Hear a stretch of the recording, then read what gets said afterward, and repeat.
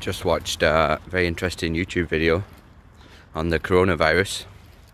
You know, there's this doctor doing a YouTube series every day since it started, and he's just talking about his thoughts as things develop.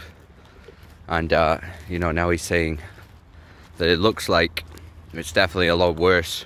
And I guess that's not news to anybody, right? But he thinks it's a lot worse than they're letting on in China. And I don't know if you've seen it, but there's these videos of you know, Chinese bulldozers, you know, dropping stones and rocks on motorways so people can't leave cities. There's dirt all piled up on roads. Videos from inside the hospitals of everybody like dying on the floor and stuff. It's pretty crazy. It's pretty crazy. Now, you know, like, the funny thing is, though, in the press all the time, you know, like every 10 years you see something like this. Like, we had SARS virus last time. Like, I know some people died and stuff, but it didn't turn out to be that big a deal for us living in the West. You know, a couple of years ago we had Ebola. You know, I'm sure that was a big deal for the people in Africa affected by it, but again, in our isolated cocoon in the West, it didn't really affect us. So it's quite interesting, really, when, you know, one of these big viruses come along and threaten people. Like 100 years ago, like maybe, I don't know, every 60 to 80 years there would be like a big pandemic and like a third of the population would die or something.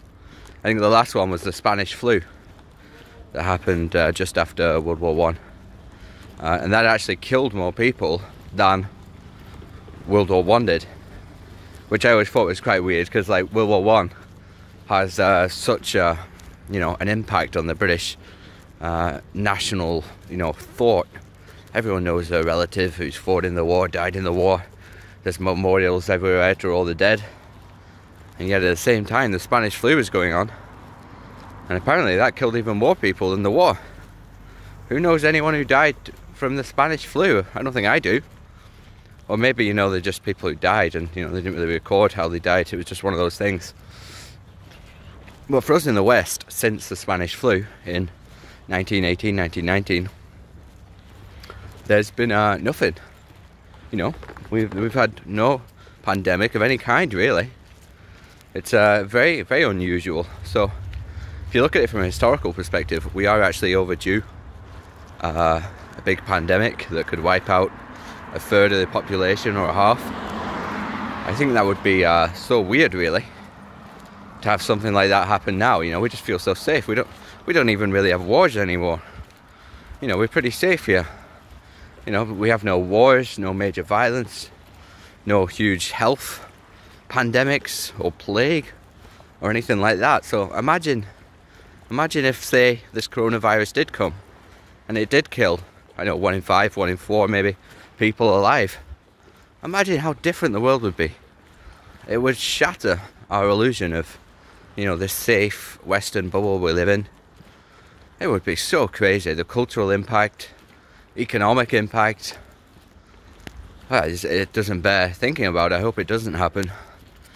But it's pretty crazy, you know, just that feeling, you know, that as humanity we're kind of on the cusp of something that could actually turn out that bad. Personally, I don't think it will. You know, for whatever reason, it seems like these things never do. You know, it seems like they could be bad, then they kind of fizzle out into nothing. But I guess there's always a chance. But it does feel weird, you know, that perhaps, you know, we could have our Spanish flu, or we could have our plague, or we could have our war, or whatever it will be, that will have an impact on civilization. But I hope it doesn't. I've been buying lots of noodles, you know, stock up the cupboard just in case, you know, so you can survive maybe a week on instant noodles if the pandemic breaks out in the streets and you don't want to go out for a bit until all the infected people are dead or recovered. You know, that's probably a good idea, just in case. Well, it's always a good idea. You never know what could happen, really.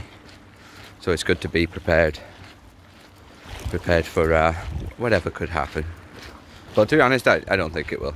I don't feel particularly worried. Not really a whole much to say in this video. I'm just trying to get back into the scheme of walking and talking. I've got a new microphone set up in my house. I might try to do some podcasts. It's quite fun to do. Anyway, yeah, so those are my thoughts on the coronavirus. Let's hope it doesn't turn into anything bad. Probably should avoid airports if you can. I recommend this all the time, but it's probably a better time than ever. You know, everyone should be taking a good stack of vitamins. You know, you want to be taking vitamin C every day. You want to be taking a strong multivitamin. You probably want to be taking some magnesium. Vitamin D is always a good one. You know, your body needs all these things to like operate at 100% capacity. And with a standard Western diet, even if you're having lots of fruits and vegetables, you just cannot get the vitamins and minerals you need. You know, because like the soil has been farmed for like thousands of years now, and they found out that a lot of like the minerals that used to live in the soil are just not there anymore because it's been over farmed. So you know, you have your carrot and it's a good carrot, but it's not as nutrient rich as a carrot from, you know, 300 years ago. And so if you really want to be 100%, you got to supplement. Vitamin D is a very important one because people get so little sunshine on their skin these days. Yeah, so take your supplements, avoid airports, and good luck. And for God's sake, whatever you do, don't eat koalas. You know, you've seen these videos online of people in China eating like live koalas and frogs and stuff. I don't know. It doesn't seem a good idea to me. You know, I'm not saying they're responsible for doing that, but it just doesn't seem wise. Personally, I think you should only eat meat that's been cooked and is, you know, from an animal that's generally safe to eat. You know, you start eating koalas and rats and insects and stuff, you know, you never know what's going to happen. So avoid that. Hope everyone has a lovely day, as I'm having a lovely walk.